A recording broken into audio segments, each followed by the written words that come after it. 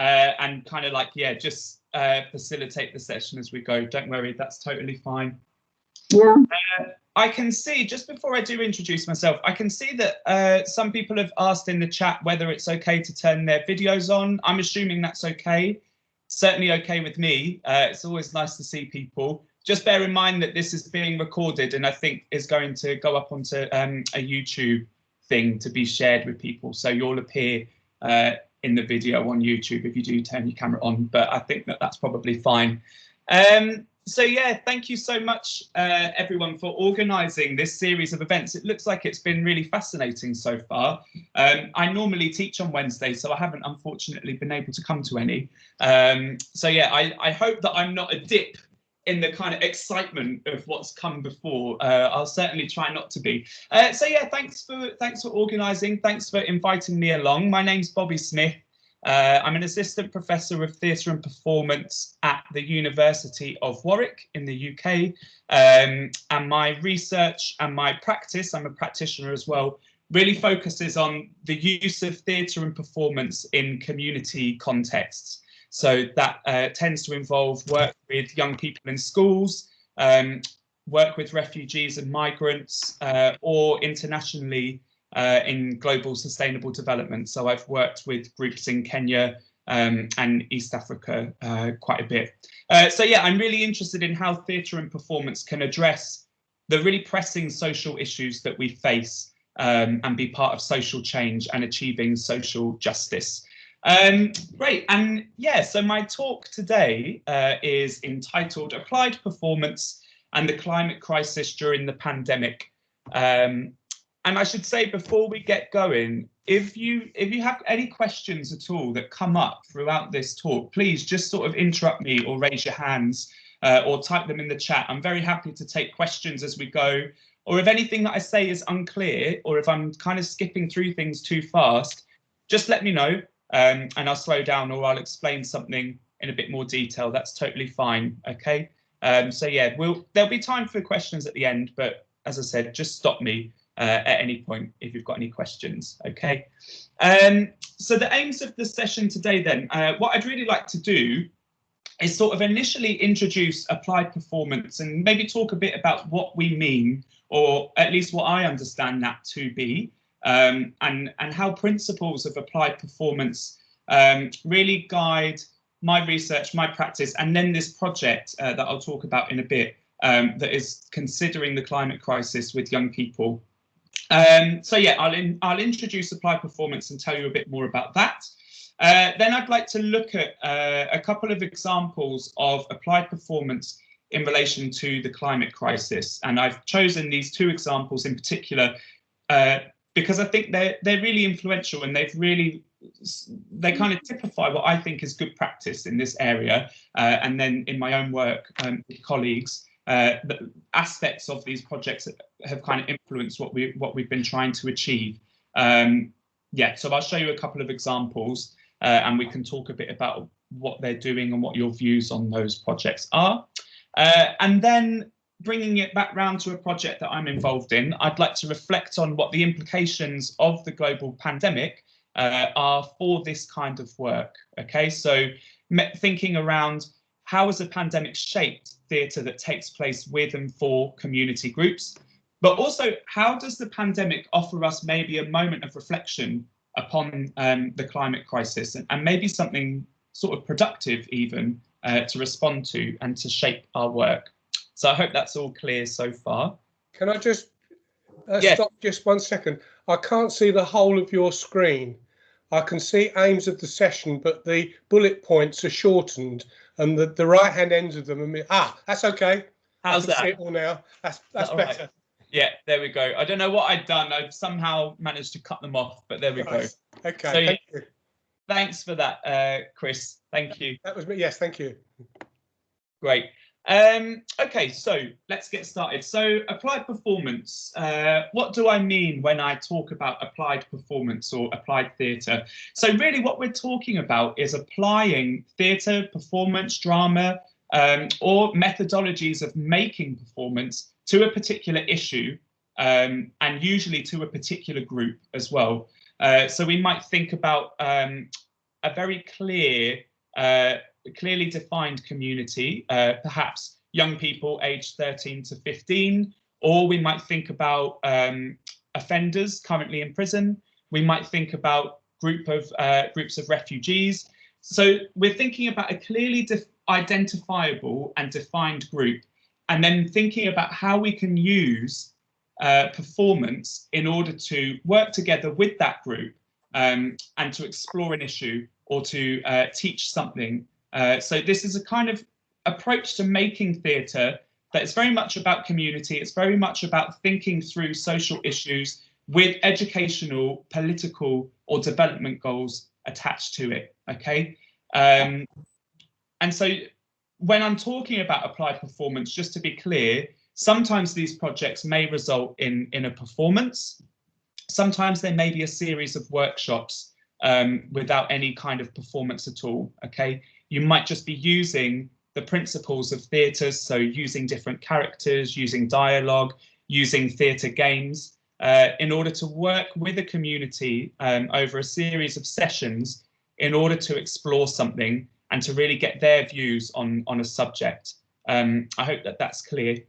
So applied performance is rooted in community arts and participant-led social change. So we might think about these kind of two routes, I suppose, to applied theatre. Okay, so if we think about the first, which is community arts really started to emerge kind of post 1968. You know, if we think about what was happening in 1968 with student revolutions and really key kind of moments in history, assassination of people like Martin Luther King, it was a real time of kind of radicalism and thinking through what society should look like. And progressive social movements.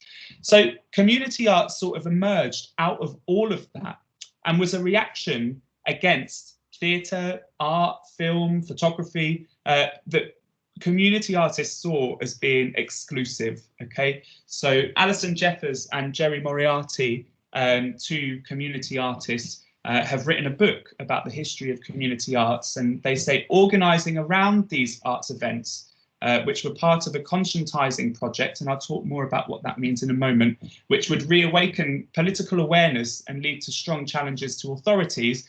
These projects also were really centred around the belief that the way in which arts were previously created, taught and curated, produced and supported were fundamentally inequitable and needed to change. Okay, so if we just take theatre, for example, and I don't know how familiar all of you are with kind of theories or approaches to making theatre, but if we just think about where theatre takes place, okay, it tends to take place in theatre buildings. You normally have to buy a ticket. That ticket can be very expensive. Okay, so automatically it becomes a somewhat exclusive art form, but also the way in which drama is often structured. So if we think about Aristotle and this idea that theatre or stories needed a kind of beginning, middle and end, and that by the end we needed to experience catharsis, and that any problems or issues that a character may have been experiencing should have been resolved for the audience. We also see that there's a distinction or a barrier between artists and audience, in that we are an audience passively watching something unfold before us. Whereas community artists were saying, actually, we want to make theatre buildings more democratic. We want to open them up to people, but we also don't want to produce drama in the kind of Aristotelian way, where by the end everything is resolved and the problem solved. We actually want to create art where audience participate in what's happening. They don't just passively watch something happen before them. They get involved in making performance or thinking through the issues that are at the centre of that performance. Okay, so there's one kind of route, I suppose, in applied theatre and community arts, but also it's very much linked to participant-led social change. And I just want to come back to that word conscientising. So this word conscientising was kind of coined by a Brazilian educator called Paulo Freire, who was working with landless peasants in kind of the 50s and 60s and a bit before, who were illiterate, and his job was to educate them to read. But as he began to educate these people to read, he started to see that education is a political process. And he argued that the way that education tends to focus or tends to operate is that teachers kind of stand at the front and give you lots of knowledge and, you know, things that you need to try and remember and treat you as deposit boxes. And he was interested in how education could actually become a political tool, a tool to conscientize you so that you don't just learn to read, or you don't just learn how to make theatre. Alongside that, you begin to see how reading or making art is political and can be part of a tool for empowering people to live the way in which they want to live. Okay, so there are some roots there to what applied performance is trying to achieve, both in terms of democratizing art, but also as something that is very strongly linked to education and politics and social change. I've kind of whizzed through that. Are there any questions at this point, or any sort of points that you want me to clarify, or am I okay to kind of keep going? Cool. No one's stopping me, so I shall keep going. That's great. So yeah, there's a bit of background to what applied performance is, and let's move on then and begin to think about how this might relate to the climate crisis and using performance to explore the climate crisis. So hopefully you will all have taken a look at the couple of things I sent out to you. So I've sent on a kind of longer documentary about the first project that I just want us to think about, which is the lived experience of climate change. So this was a project led by a researcher based at the University of Manchester, Dr. Joanne Jordan, but also a team of students from the University of Dhaka. And they collaborated on a piece of performance, what we would call verbatim performance. And verbatim means that you go out, you interview lots of people, and then you look at the interview material, you begin to write it down, and then you use the words verbatim. Okay, so you actually use the things that people have told you as they told you them in performance. Okay, so that people see their words sort of up on stage. So that team of people working on that project interviewed a whole range of slum dwellers in Dhaka to find out about their experiences of the climate crisis. And then they used the transcripts of those interviews to create a piece of theatre. And this is a really interesting piece of theatre because it brings together two sort of approaches, I suppose, to making performance. So one of the approaches grew out of Brazil, and it's called forum theatre, which is part of, if you've heard of Augusto Boal or Theatre of the Oppressed, if any of you are kind of working through or really interested in theatre, you may have come across forum theatre before. But forum theatre is a type of performance that is participatory. So a problem is presented to an audience, and then at the end of the performance, a facilitator kind of rewinds it and takes the audience back to the beginning, and then tasks them with needing to intervene and get up on stage and try to change the outcome, okay, to try and think about how they could resolve the problems that characters encounter. So this project used forum theatre, but it brought that together with a form of indigenous performance to Bangladesh called Popgan. Okay, and Popgan is a form that uses music, but it also uses illustration and performance, and is traditionally associated with sort of education and thinking through community and social issues that people may have been experiencing. So at the back of the performance, there's a scroll that narrates and illustrates the issues, and then music accompanies, and obviously the performers perform. Okay, so I just want to show a short clip from that documentary, just to remind you, in case you haven't got to see it. This doesn't give a full sense of what the project is about, but hopefully it gives you a bit of a flavour.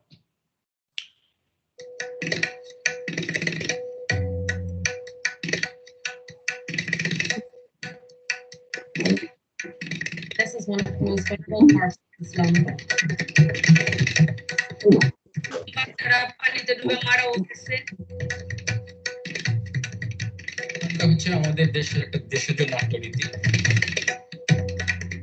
So I decided to use this form of Indigenous applied theatre.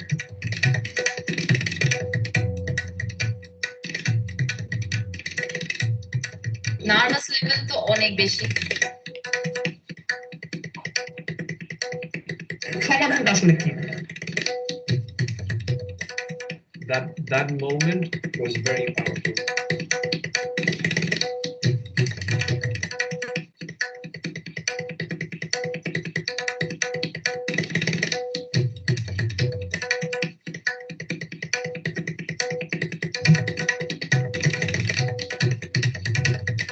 Okay, cool. Hopefully you could hear that. Sorry if the sound wasn't great, but the link to the documentary should be there somewhere on some emails or whatever, or I can copy it into the chat towards the end of the talk if you want to go and check that out. And you can find more information just by typing in the name of the project, okay? And you'll find out lots more about that process and how the project worked, okay? But hopefully that illustrated sort of what that kind of looked like. So they took the performance back to the research participants, so the people they were interviewing, and showed it back to them. But they also took it to an audience that involved kind of big non-governmental organisations, the British Council. It was shown in Manchester also, at the Manchester Museum in the UK, to academics and a broader kind of audience. So yeah, a really interesting project. And then I also just wanted to play a couple of little excerpts from something else. Just need to find it. Yeah, so this is an audio walk that was created by an organisation called Platform London. So Platform London were founded in 1983, and they sort of combine loads of different art forms, so visual arts, music, theatre. They combine art with activism, education, so they do education projects, and also research. So they work with researchers and undertake their own research into the sort of causes and impacts of the climate crisis. They're particularly looking at oil and sort of fossil fuels. Okay, so they run lots of projects for social and ecological justice, and this is just one of their projects. This was when did they do? This was in 2006. Okay, so it's an audio walk that anyone could download and use on and play on their phone. Okay, but you need to go to the city in London. Okay, and lots of you might know, but for those of you who haven't been to London, the city is a kind of square mile next to St Paul's Cathedral, and it's where all the kind of skyscrapers are, and the banks and the hedge funds, you know, and big headquarters of kind of multinational companies. So there's a lot of money there, right? You know, when the financial crisis all happened, it was pretty much all those people making it happen, right? Sat in their sort of glass boxes in the sky. So yeah, this audio walk takes you on a tour through the city of London, and it begins to make links between some of the sites that you go past, historical sites, you know, from kind of thousands of years ago, but also the big skyscrapers and kind of headquarters of all of these organizations, and begins to make links between what you're seeing and where you're walking with the climate crisis and with the impact that we're having on the climate. So I just want to play a couple of bits to you, because I think this is a really interesting project, and it's an opera. Sorry, I don't know if I said that. So yeah, it's an opera that you download. Hello, I'm your guide. Follow me and everything will be fine. Stick close to me, keep up with the rhythm of my footsteps. I don't want to lose you. We're going to walk together through the web of institutions that extract oil and gas from the ground, feeding the global economy, fueling our lives, releasing carbon dioxide into the atmosphere. I will take you to fund managers, banks, insurance companies, lawyers, advertising agencies, and recruitment agencies. This web of companies I call the carbon web. Today, we're going to follow a particular thread, We will track the scent of BP, British Petroleum, or Beyond Petroleum, as they call themselves now. So please stand up and walk to the middle of the atrium. Okay, so I think that just gives you a sense of kind of how it works. So, you know, she kind of tells you how this thing is going to work, how you're going to interact with it. And then there's one other little bit that I just really like this bit and think it's quite interesting. Stop here, just above the drainage holes, underneath. Looking up from the ruins. During the Roman Empire, this temple would have been underground, dark inside, filled with anxious young men crowded round a glowing fire, waiting for their secret ceremony which would propel them into the clutches of the cult of Mithras. They must have been so apprehensive. And was this the right thing to do? Were they ready to leave their old lives, their families, ready to go through the 7 stages of initiation and enter the brotherhood to fight for the empire? They would have been lowered into a pit and baptized with the warm blood of a bull. Mithras demanded absolute devotion and obedience. Everything was sacrificed for the cult. Everything. So it feels all too familiar in the city. Sacrifice. Obedience. Renunciation. Mithras, god of invincibility, of contracts and promises. Savior of the eternal empire. The broken pillars are like tree stumps, headstones to a civilization that fell victim to its own suicidal success. Rome collapsed because of wealth. Its desire for more food, more ships, more villas, more baths, more temples, more amphitheaters. It needed resources, energy, needed wood, tons of it. So the forests were razed and the fertile soils drained away, and the empire became a starving parasite. Everything collapses eventually, even empires. Yeah, so I think I'll stop that there. Yeah, I just think that's a really kind of nice bit of that project to listen in on. Great. So I'm interested at this point really to hear from some of you if you're up for it. So I'm interested in your kind of reactions to both or either of those projects and what you think might be effective or maybe limited about either of those, or any thoughts or any questions that you might have around those projects that we can think through together. Does anyone have anything they want to kick things off with? Is that Benedetta? Did you put your hand up? Yeah, hello. No, good afternoon. I wanted to ask about the use of the masks, because I know that in theater and in this kind of project there is the use of the mask, and we have talked about it in one of the meetings of the Wednesday. And I wanted to ask if the use is present in some way, or if there is the intention to masks intended. I mean the use of the masks. I don't know if you got the question. Yeah. If it was difficult or if it was simple.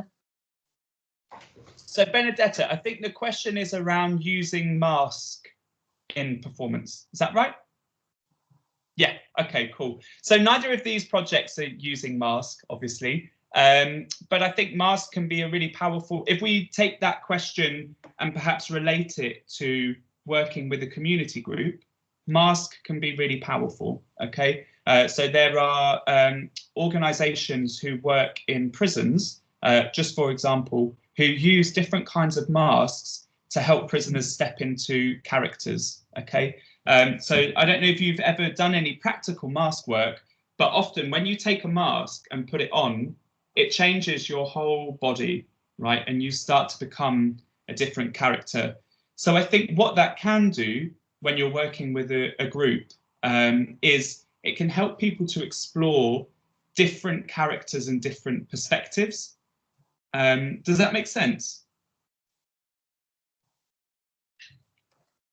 Because I got it that it would be easier in another way, but not. It was not used in the project you said. Yes, I got it. I got it. Yes, thank you. Yeah, cool, great. So yeah, I think using mask can be really effective, but it's a whole skill, right? Performing in mask that you'd need to do some work around if you were thinking of making a performance for an audience using mask. But yeah, certainly using it in a workshop to explore different characters and ideas can be really effective. Thanks, Benedetta. Any other thoughts or questions about either of these two projects? So the project in Bangladesh or the audio walk? I'm wondering what people think might be effective about either of those examples.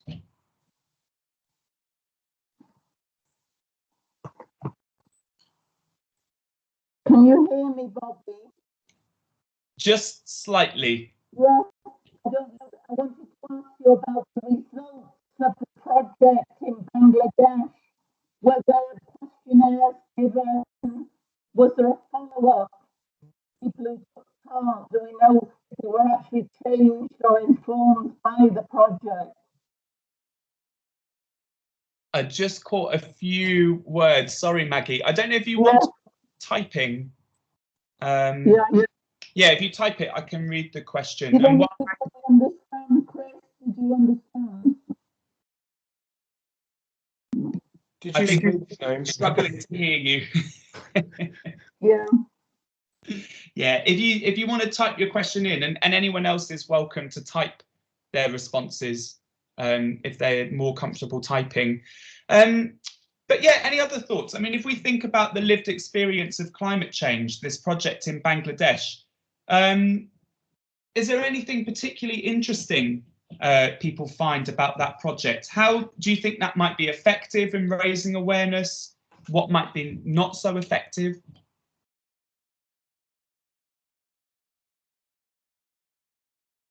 Or I can talk through some of my ideas and stop me if then other ideas come to you. That's fine.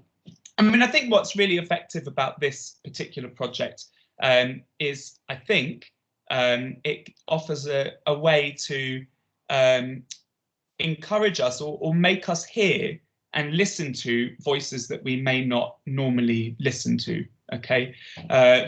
In two different ways, I suppose. One way is that within Bangladesh, slum dwellers wouldn't typically be listened to, and yet here we have a piece of performance that is being shown in multiple different places, not only to other community groups, but also higher up to policymakers and to heads of organisations and charities and researchers, and they're actually directly hearing the voices and experiences of people living in those slums. And I think that that's a really unique project and something really powerful that performance can do. Okay, it can make us listen to and engage with voices we may not normally. All right. So I think there's that. And then there's also this sort of international aspect of that project, where it's not just that people in Bangladesh are listening to the stories and experiences of these people in Dhaka, but actually the project was shared internationally. And if we think about an issue like climate change, it's deeply interconnected. Okay, what's happening in Dhaka in terms of flooding is completely linked to our mass consumption in the UK or in Europe. Okay, these things are all related. So I think we need to begin listening to and talking much more across different cultures and contexts and countries if we're going to think about how to solve this problem. And I think this is a really interesting example of where performance can do that and where it can bring people who are normally not listened to into the conversation. Okay, does that make sense? Hopefully. Cool. And then I think, yeah, moving on. So with the London and While London Burns project, I think the reason that I really like that and think that's really powerful is that it's something that anyone can access and anyone can download for free, and I guess it means you have to kind of be in London at least, but you can download it, you can listen to it. If you're in London, you can go and do the walk. It's very accessible, and I think it really does something in terms of holding people to account, right? So it takes us outside the headquarters of a bank and tells us what their impact on the climate is and what their consumption of fossil fuels is. Okay, so I think it really does something direct and powerful in terms of explicitly saying this organization has impacted the world in this way. Okay, and I like as well, in that second bit that I played,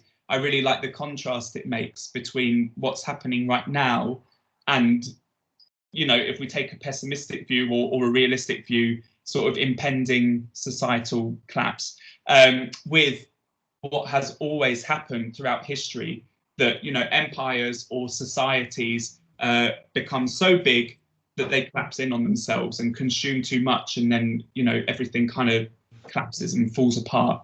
And I really like that sort of contrast that the piece is making between now and historically, how things have kind of worked. Is there anything else you think to say about either of those projects, or any questions about either of those?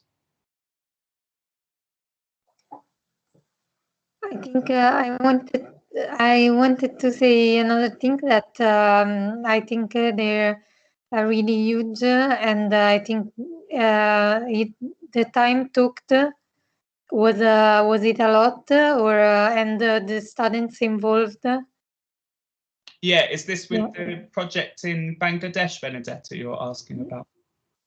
Yeah, so I think that team, really huge. That team worked for well, I know that Joanne Jordan has worked with that community for years. And then I think that this project sort of took place over several months. Okay, so yeah, that's another thing to consider, I suppose, is these projects take a long time.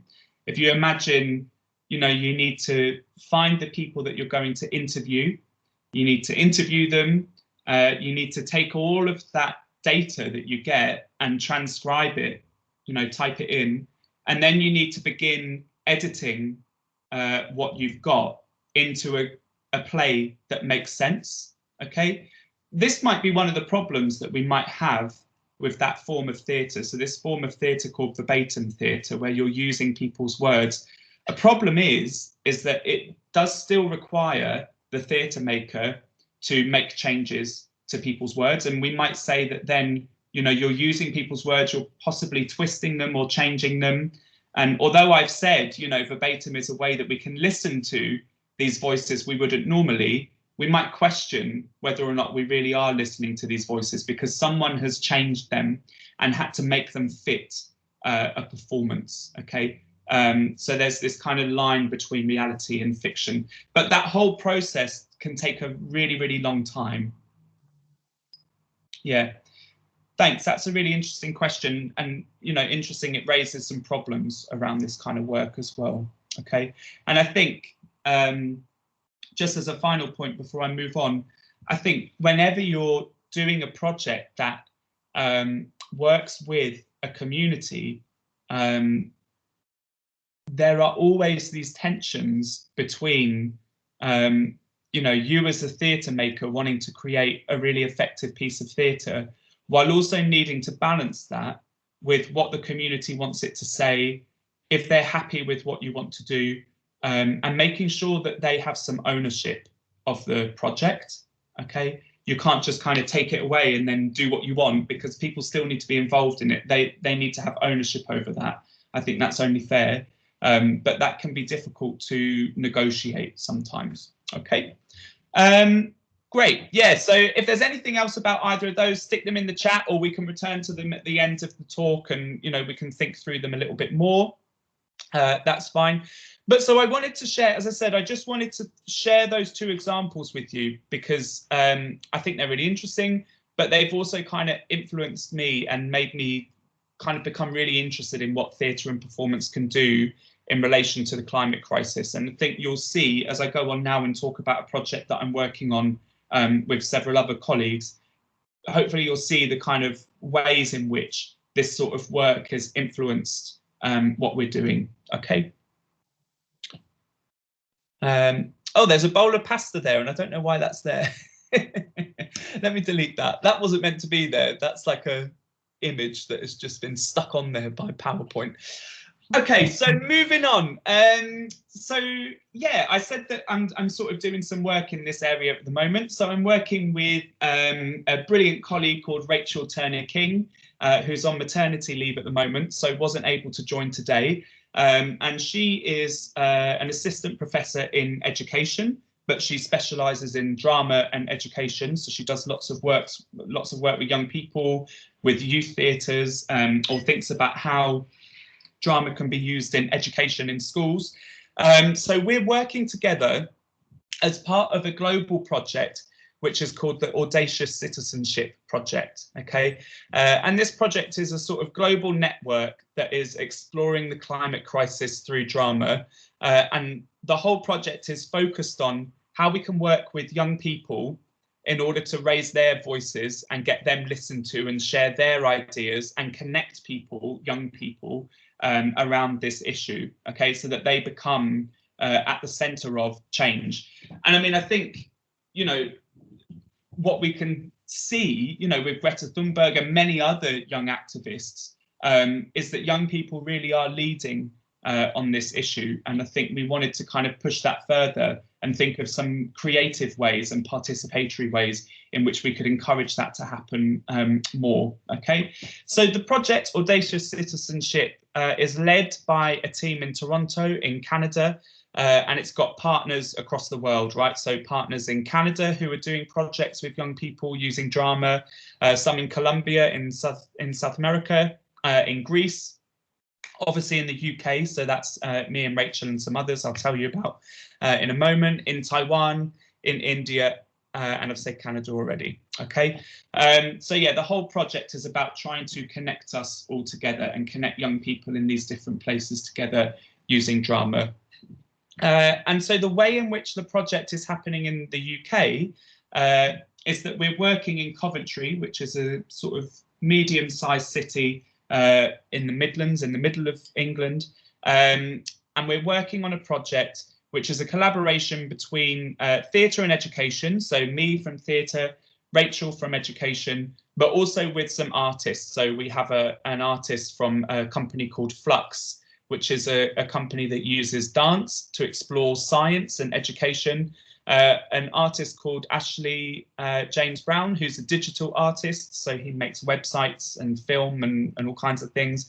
And also an organisation called Lens Change in London, which also works through film to think about social issues and how film can explore and address social issues. So it's a collaboration really between us making theatre with a school called the West Coventry Academy in Coventry. So we're going to be working together with young people there to create a performance and a kind of digital online resource around these issues. Great. And so our project, which fits into this broader international project, is called I Don't Want Your Hope, I Want Your Action. And the aim of this project is to use verbatim performance with young people in West Coventry Academy. So verbatim performance being what we've seen in the Bangladesh example, where we interview people and use their words in order to create a performance. And it positions young people as co-researchers. So obviously I'm a researcher, Rachel's a researcher, but we want to shift or at least share that power dynamic so that young people in the project also become researchers. Okay, so they start thinking about the questions they want to ask. They interview people. They think about what words and what stories and what experiences they want to include in the performance. And then we make a performance together. Okay, so we're trying to start the project really from the point of us being collaborators and more kind of equal, I guess. Okay, so yeah, the young people and us will interview other young people. They'll talk to their family members, other members of the public, and also some key kind of people, local politicians, perhaps, people who are involved in activism on the climate crisis. So we'll interview a series of people, and then that's what we'll use to inform the final performance. Okay.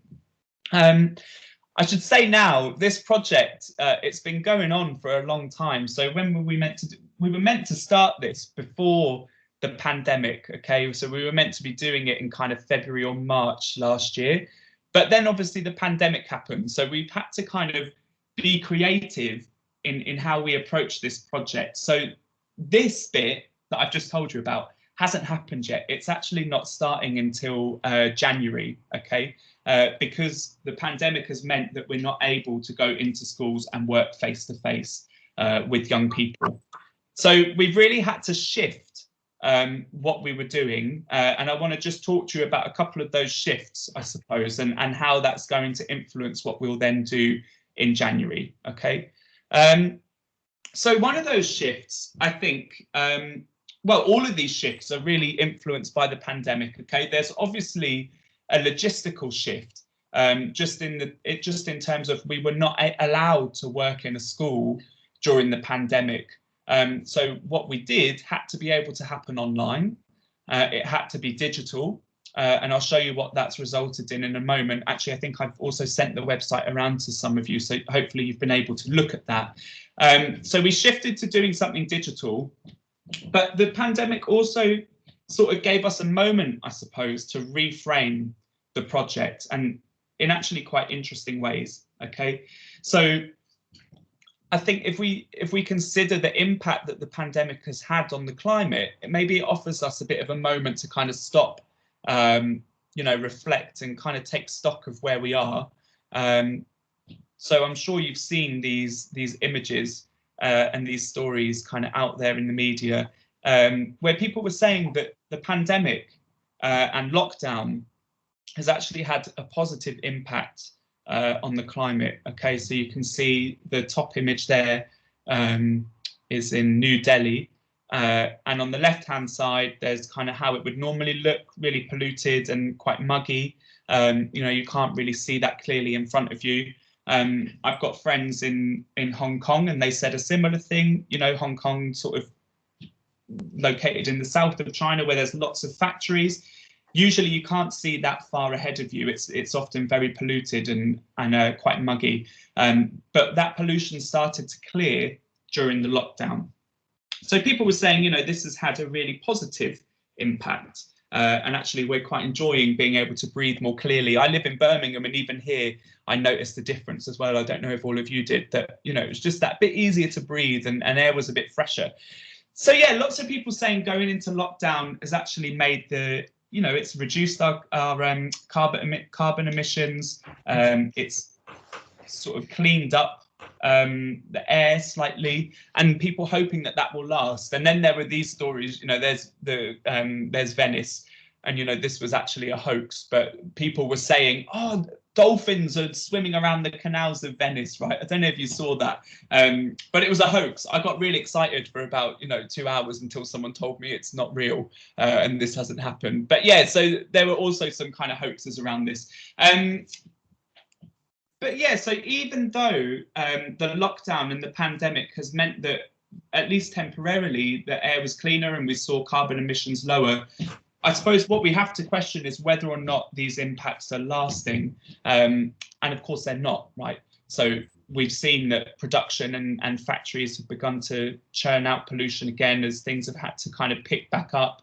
As I said, some of these stories were hoaxes anyway, and people actually saying, as we're returning back to normal life, we seem not to have learnt these lessons. And actually, it just seems to almost be like we're going back to business as usual. Okay, so that sort of impact that we saw doesn't seem to have changed people's perspectives, or it may have changed ours, but not the people who are responsible, I guess.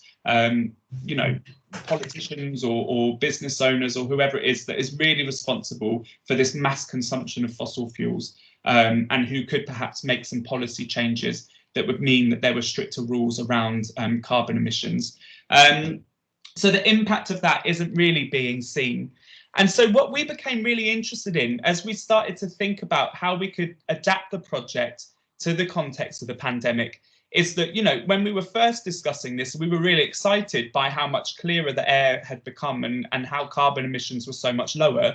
But then as we were working on the project, we started to see, you know, as the first lockdown eased, that actually it did look like we were just going to go back to the status quo, and that things were going to, you know, kind of just look as they did before.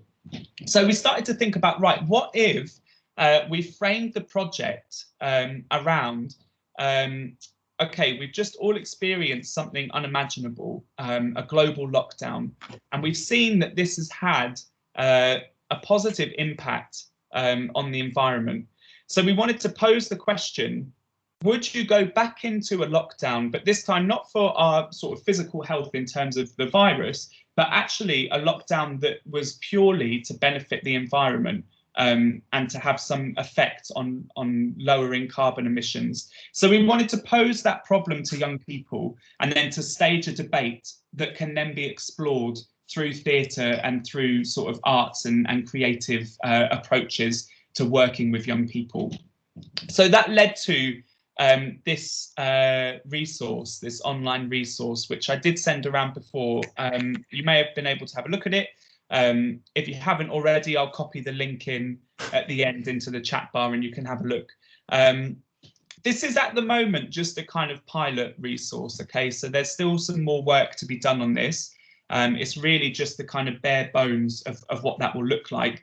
But if you watch it, you'll see we've got some stuff around how the planet has become cleaner. Then we ask the question, would you go back into a lockdown? And then you're taken to this page that you can see here, where anyone who's using this resource can click on whatever sort of theme they're interested in, and then they're taken to a range of sources that help them explore that theme in a bit more detail. And then the hope is that we can use what they find out from clicking on those links to inform our research process. Okay.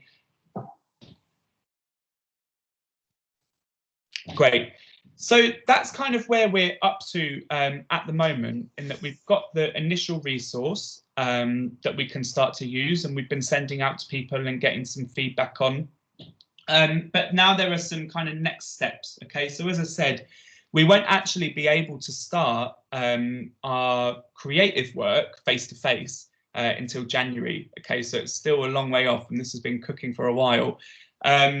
But I think there are some things that are really going to guide what we do. So we want to use this digital resource to steer our creative process and to kind of catalyse or get young people and us thinking about what the issues are.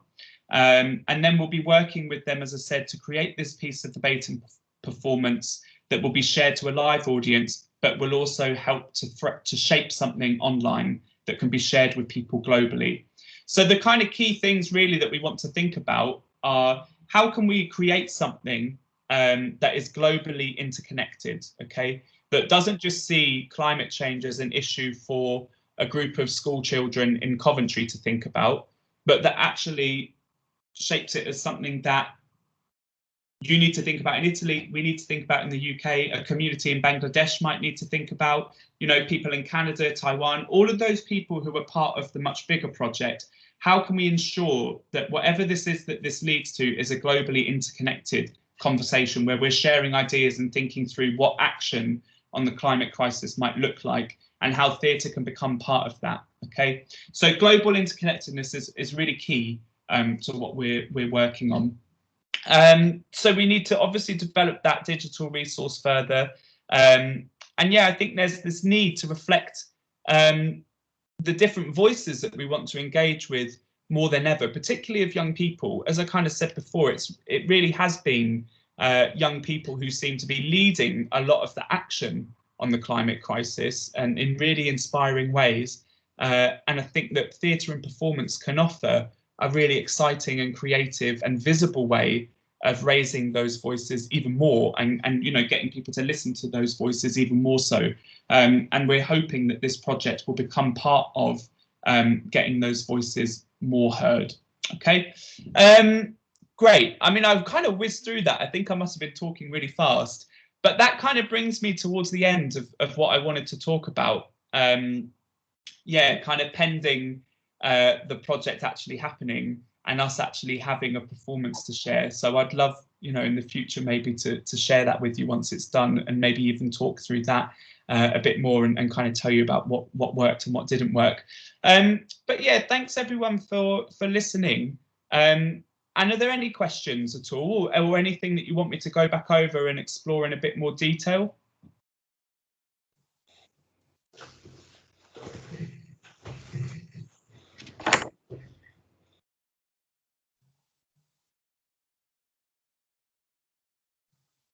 And that's fine if not. I'm just going to copy in some of these links so that you've got them. And I'll stop sharing my screen so I can see you properly, if that's all right.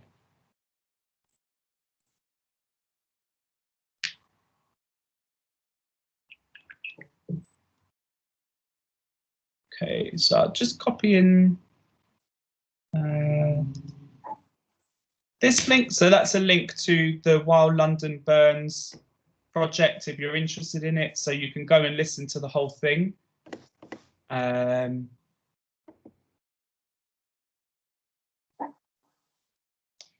I'll just find the link to the documentary about the lived experience of climate change as well, and copy that in for you.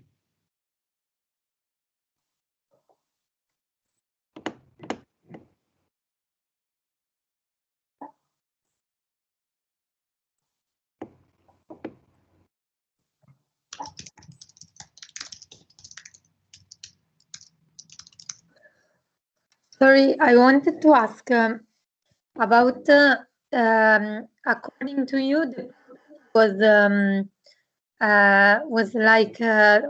purpose you had about it and about others you have? What do you think about what was the experience? Sorry, I didn't quite catch the question. Could you ask it again? Sorry, I just didn't hear. I wanted to ask if the purpose you have at the beginning of this project was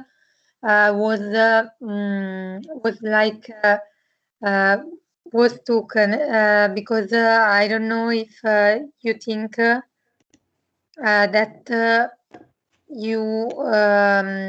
you kept the objectives.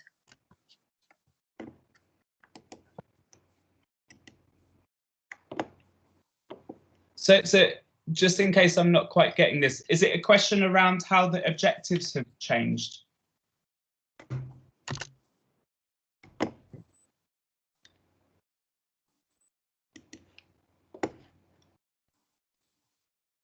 Is that right? Are you kind of wondering how the objectives of the project have changed, or if we've stuck to them?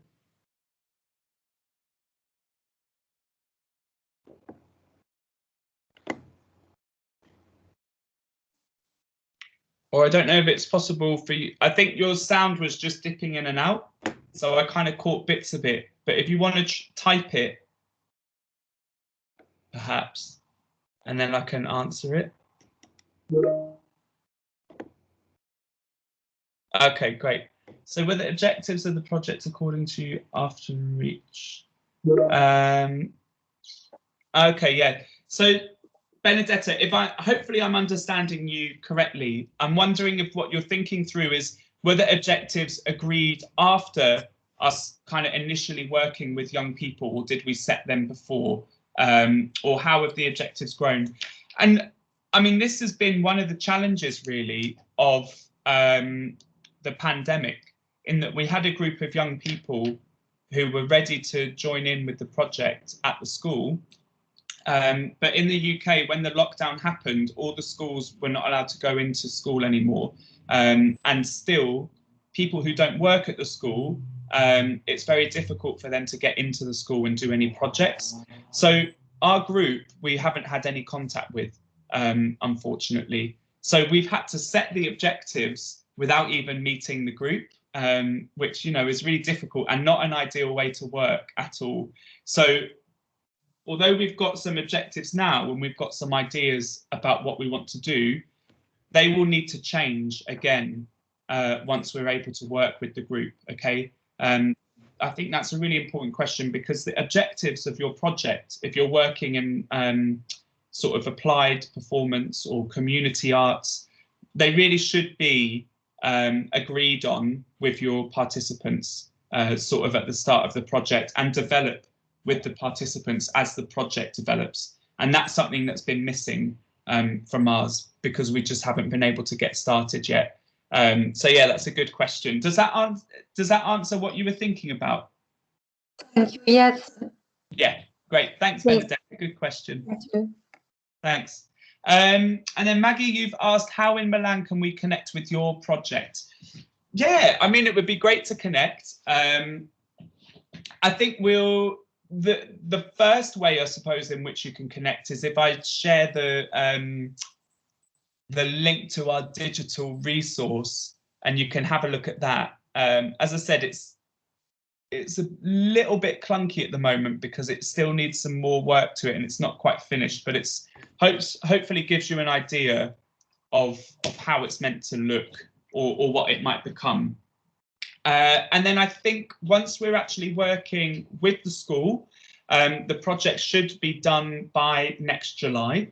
And then we're going to be sharing some of the work digitally as well as live. So the digital stuff I'll send over to you and you can check out. And we're hoping, so the website that I just sent out to you, at the moment, it's really just a kind of limited click-through resource.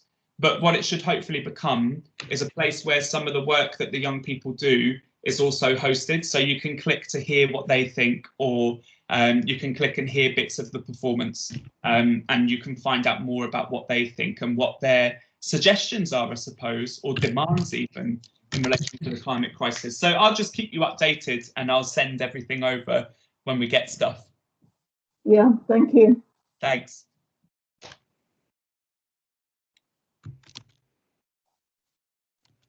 Cool. Any other questions, or are there any other thoughts or anything that you want me to just explain in a bit more detail? I'm very happy to go back on anything if it's useful.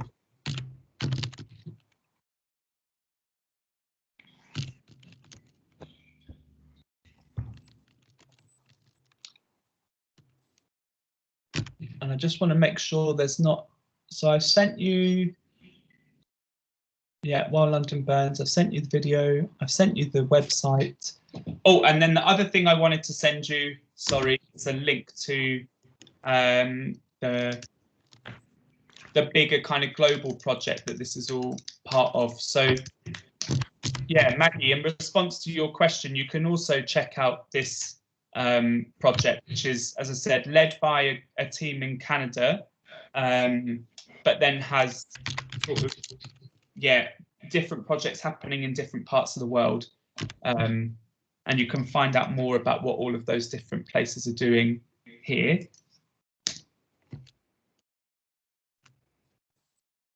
Great.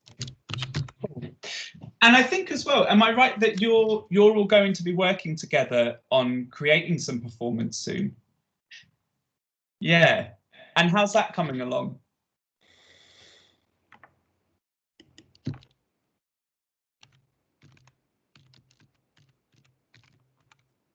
Or what kinds of ideas have you got so far for how it's going to work?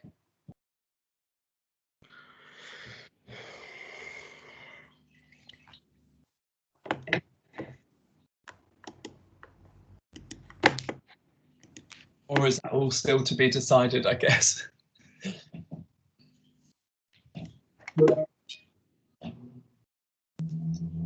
Okay, cool. Not just yet. Great. Thanks, Chris. Bye. Take care.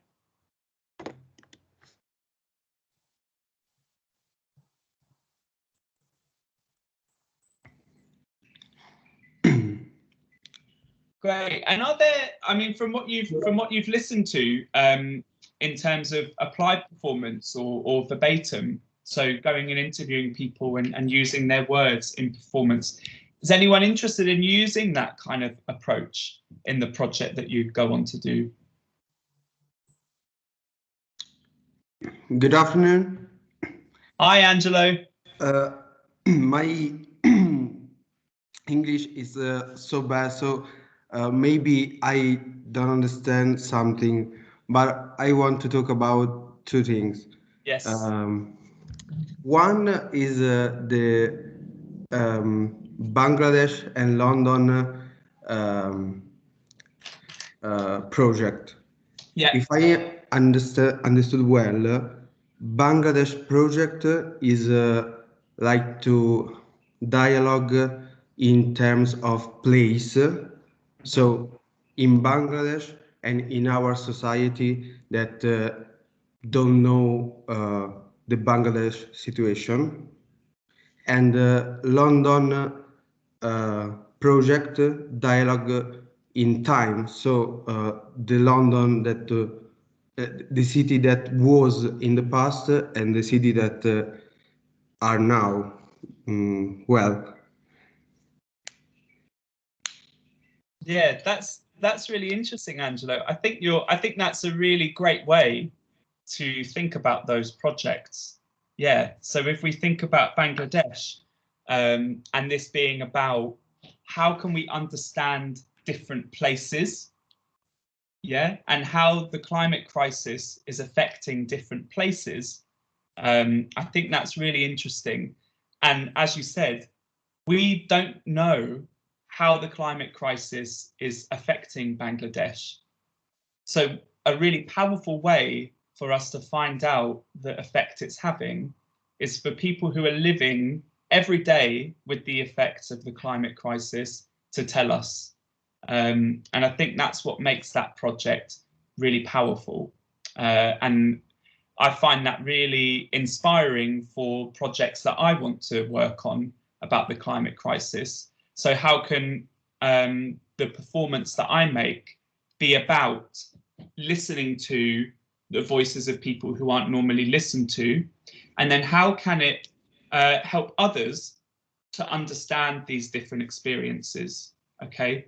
So how can those experiences tell someone in the USA, for example, about what it means in the UK to live with the effects of climate crisis, or someone in Kenya, you know?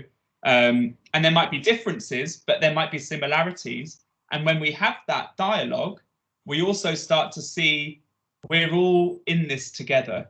We need to work together to solve this problem, right? Okay.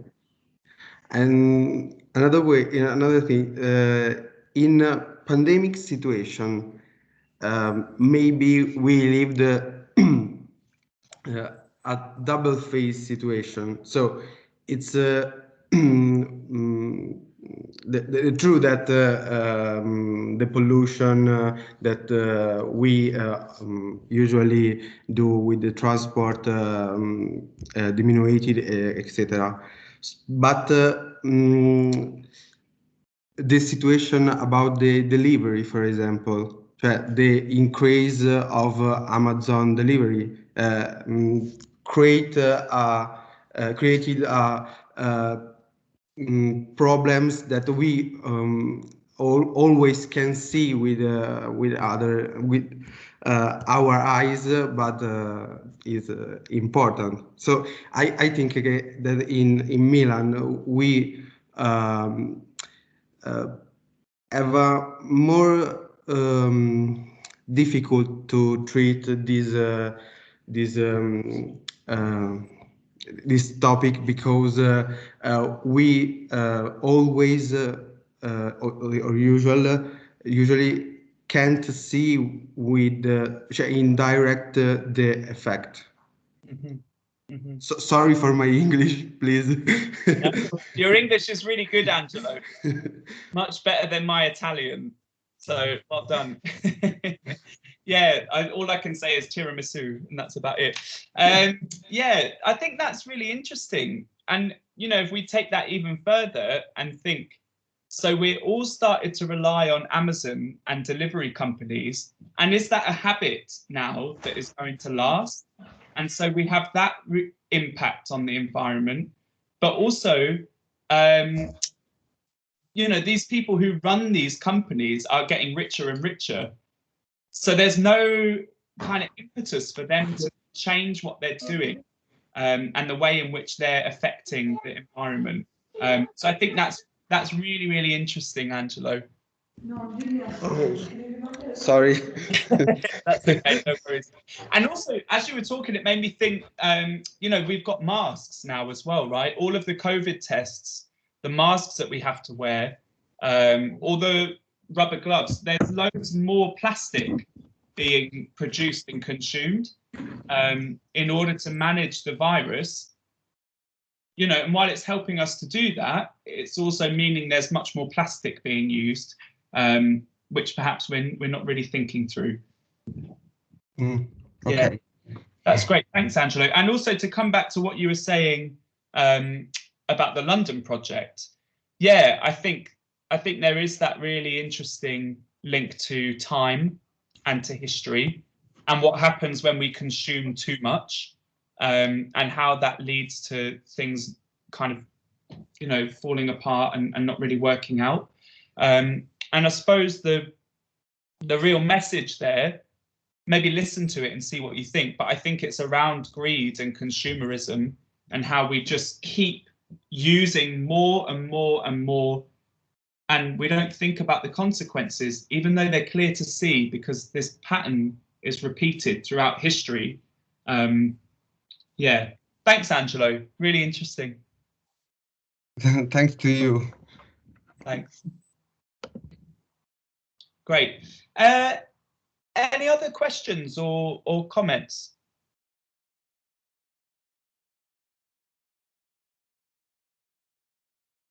And that's fine if not. I mean, I hope that that's been useful. Yeah, sorry if I kind of rushed through things a little bit. I always end up talking faster than I realise. But yeah, if you want to get in touch with any more questions, if you want to find out more about the project, you know, my email's around, or, you know, Maggie, you can get in touch, whatever. Yeah. And yeah, I'd be really interested to hear about how your project develops. So please keep me up to date with what you go on and do, because it sounds fascinating. Thank you. Thank you so much, Bobby. And can you hear me? Thank you so much. Absolutely. And we'll keep in touch. We'll let you know what happens. Send you some of, you know, the videos and so on that we'll be making, so you can see them. Yeah. Yeah. Thank you. So we'll close the session today if there are no more questions. Thanks once again to Bobby, Dr. Bobby Smith. Thank you. Bye. Thanks, everyone. Thank you. Bye. Thank you. Thank you. Bobby. Bye. Thanks. Valeria, have you got anything to add? Valeria? No, not really, because all people have left. So Okay. There's no people left to talk to. I've scared them away. No. Thank you. Thanks, everyone. Bye. See ya. Bye.